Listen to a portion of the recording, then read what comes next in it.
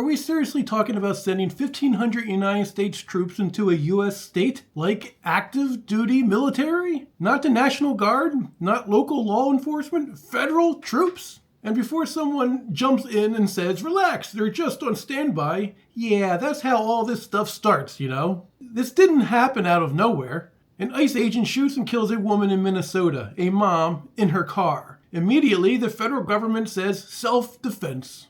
Local officials look at the video and go, no, that's not what we're seeing. And right there, that's the fracture. Because now you've got the federal government saying one thing and the state and city leaders saying the exact opposite. And once that happens, trust is gone.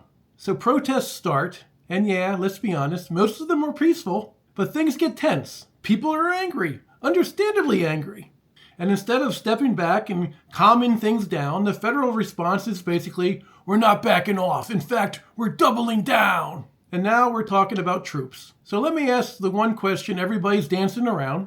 Why does immigration enforcement suddenly require military readiness?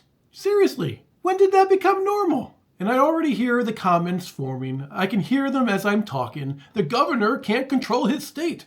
This is about law and order. Trump is just enforcing the law. Okay, let's talk about that. First, Minnesota has law enforcement. Second, Minnesota has the National Guard. Those are the tools states use when things escalate. Active duty troops are supposed to be the absolute last resort. That's why the law is so restrictive about it. There's an act that exists specifically to keep the United States military from acting like domestic police. And the only real way around that is the Insurrection Act. And that's the part that should make everybody very uncomfortable. Because invoking the Insurrection Act, it's basically the president saying, I don't trust the state, I'm taking control. Now, is that legal? Technically, yes, under narrow conditions. Is it normal? Absolutely not. And that's the pattern we keep seeing. Everything is technically legal right up until it isn't democratic anymore. Now let me jump ahead to another comment I know I'm going to get. Are you saying we're headed for like a civil war type of thing? No, not like the 1860s, but we're headed towards something else that's just as dangerous. Normalized internal conflict. Federal agents versus state leaders. Military readiness used as a political pressure tool. That's how countries destabilize. Not all at once, but piece by piece. And here's the thing that really gets me. This didn't have to happen. After the shooting, the federal government could have paused operations. Could have said, we're reviewing this. Could have brought in an independent investigation.